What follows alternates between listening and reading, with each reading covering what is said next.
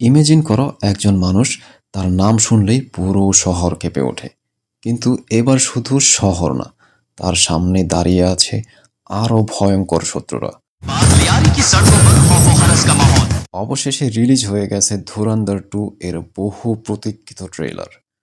আর এক কথায় বললে এটা একদম পিওর মাস অ্যাকশন ব্লাস্ট। এই ট্রেলারের এমন কিছু হাই অকটেন অ্যাকশন সিন দেখানো হয়েছে যেগুলো প্রথম পার্টের থেকেও অনেক বড় এবং অনেক বেশি ইন্টেন্স মনে হচ্ছে। ট্রেলারের শুরুটা কিন্তু ঠিক সেখান থেকেই, যেখানে প্রথম সিনেমা শেষ হয়েছিল।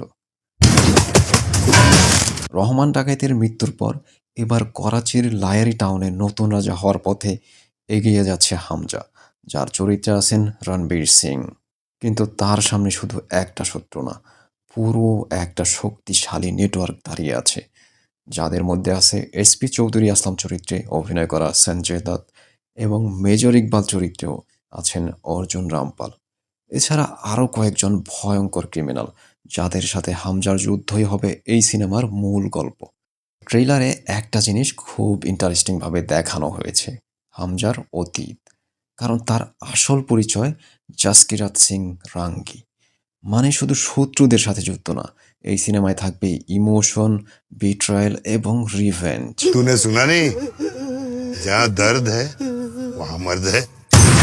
ট্রেলারের আরেকটা জিনিস যেটা সত্যি চোখে পড়েছে, সেটা হলো এর এডিটিং এবং ব্যাকগ্রাউন্ড মিউজিক। हौसला ईंधन बदला।